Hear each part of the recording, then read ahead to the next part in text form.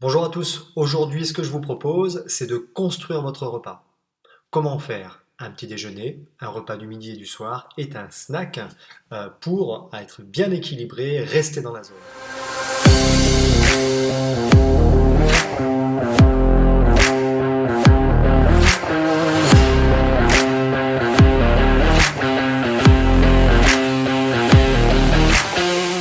Comment faut-il pour rester dans la zone? Qu'est-ce que la zone? Donc déjà, c'est votre état métabolique et hormonal optimal que vous allez pouvoir engendrer au niveau de votre équilibre alimentaire.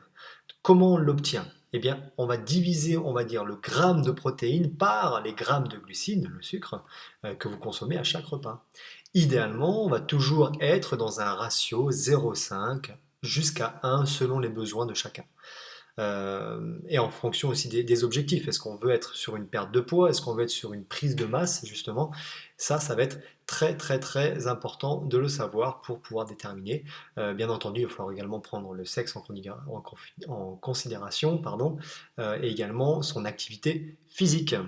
Le deuxième point, ou on va dire même le premier conseil que je peux vous donner, c'est que pour préparer vos repas, il va falloir anticiper. Il va falloir les préparer, tout simplement. Donc il faut se prendre tout simplement un temps assis en disant, voilà, cette semaine, qu'est-ce qui se passe dans ma semaine? Ou le mois prochain, qu'est-ce qui se passe? Ou cette journée, qu'est-ce qui se passe? Pour vraiment anticiper mon repas. On ne peut pas avoir un repas riche, efficient, si on le fait comme ça à la volée. Alors si vous avez l'habitude, il n'y a aucun problème, mais il va falloir que vous vous posiez et que vous fixiez un petit peu vos objectifs et votre volonté de dire, voilà, je prends tel aliment et tel aliment, je compose avec ces aliments pour répondre à mes besoins. Ça, c'est hyper, hyper important. Maintenant, vous allez me dire, ok, mais ça, tout ça, ça prend du temps. Eh ben oui, oui, effectivement, ça prend du temps. Mais est-ce que ce temps-là n'est pas plus important? Prendre du temps pour sa santé, son hygiène alimentaire, ça, c'est hyper important.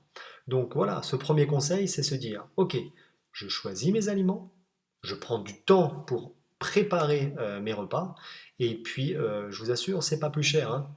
Choisir ses aliments, ça ne veut pas dire qu'on doit aller dans l'optimum. On n'est pas obligé de mettre beaucoup plus cher dans un aliment pour mieux consommer. Non, non, non. Vous avez juste à bien rééquilibrer votre bol alimentaire et vous allez voir que vous allez avoir beaucoup plus de résultats. Choisir son aliment. Alors, comment on peut faire? Déjà, il faudrait prendre en considération la période. Est-ce qu'on est plutôt en été? Est-ce qu'on est plutôt en hiver? Quel type d'aliments consommer à telle et telle période? Ça, je vous laisse aller sur Internet. Vous allez retrouver pas mal d'informations. Vous tapez, je ne sais pas, fruits et légumes de saison. Je n'ai pas envie de vous donner un site en particulier, mais vous allez trouver les aliments idéaux. Ça joue? Et puis aussi dans les choix des aliments, c'est ceux que vous allez consommer de manière régulière, ceux que vous connaissez, on va dire. Je ne vais pas vous demander de manger de la courgette tous les midis, alors que pour vous, la courgette, c'est un aliment que vous ne consommez pas, même si c'est bon la courgette. Voilà, et plein d'autres choses. Est-ce que pour vous, manger du quinoa, c'est facile? Alors oui, c'est facile, je peux vous le dire, c'est une bonne alternative au blé, mais si vous ne souhaitez pas manger de quinoa, c'est pas grave, vous allez chercher des aliments donc que vous connaissez, que vous appréciez. On peut déjà faire avec ce qu'on aime, sans aucun problème. Pas de restriction, mais plutôt du plaisir dans l'alimentation. Deuxième conseil, on ira plutôt sur quel aliment privilégier plutôt qu'un autre.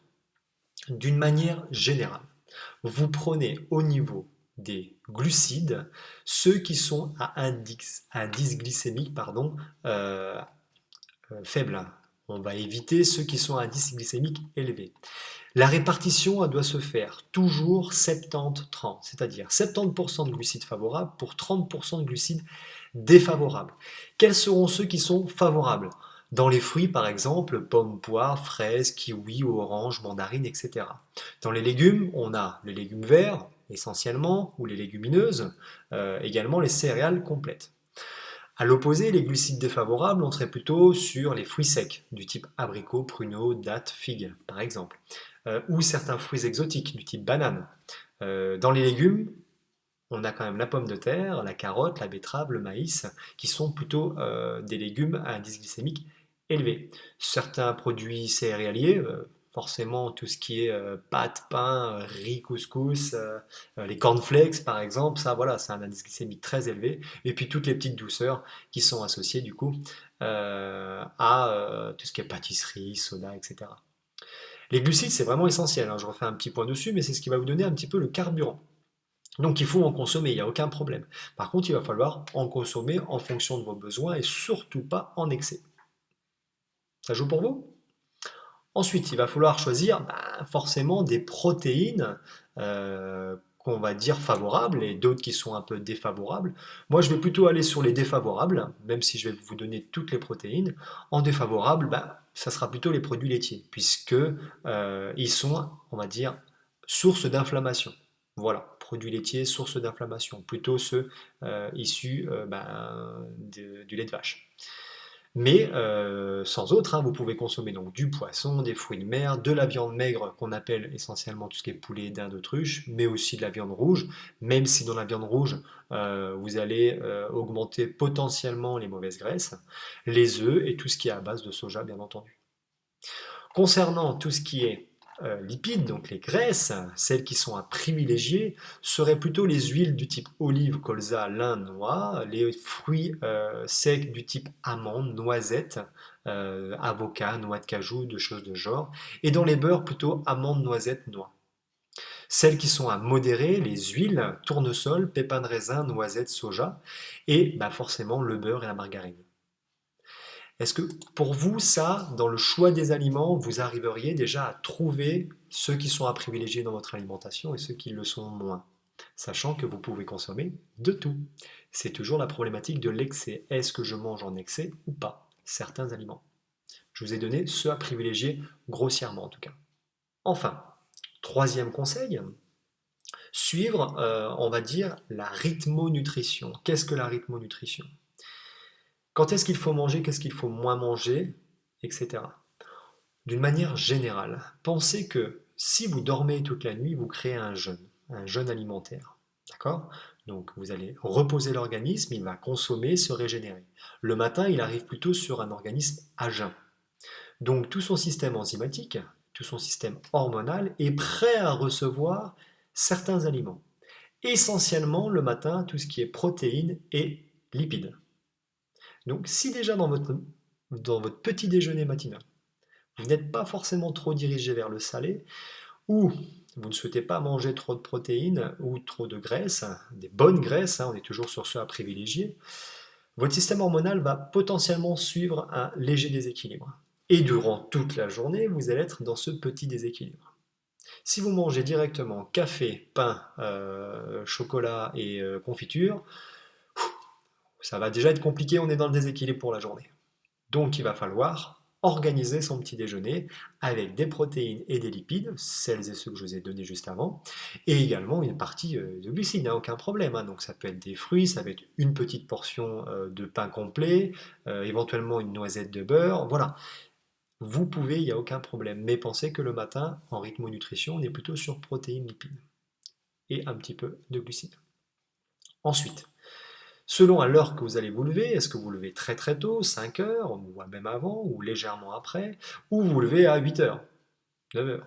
À ce moment-là, le matin, est-ce que vous avez besoin d'un snack? Si vous dépassez 3 à 5 heures de jeûne alimentaire, on va dire, entre deux repas, alors vous pouvez prendre un snack. Donc potentiellement, vous en mettez un le matin ou non. Dans votre snack, vous devez retrouver les trois macronutriments, glucides, lipides et protéines.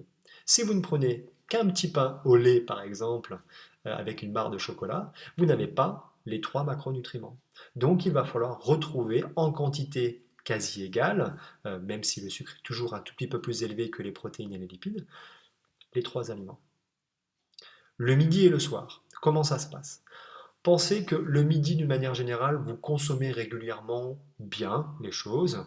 Retrouvez toujours les trois macronutriments. Vous avez toujours une portion de protéines.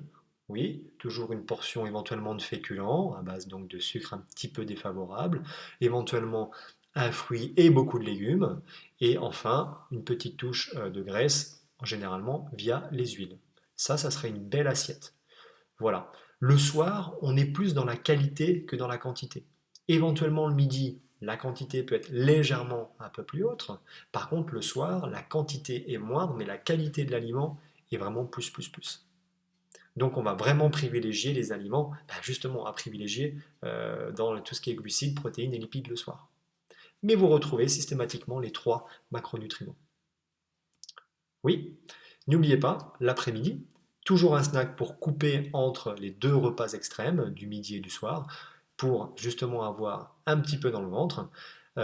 Manger régulièrement des quantités suffisantes durant toute la journée vous permettra, je vous assure, de perdre du poids sur la distance. Encore une fois, c'est simplement les quantités qui vont varier. Ça joue? Voilà. Quel pourrait être l'exemple de petit déjeuner le matin? On pourrait se baser par exemple sur un repas à base de fromage, fromage blanc par exemple. Donc là on est vraiment sur produits laitiers, éventuellement. Donc ça pourrait être en protéines, tout ce qui est fromage blanc, serré maigre, quelque chose de la sorte.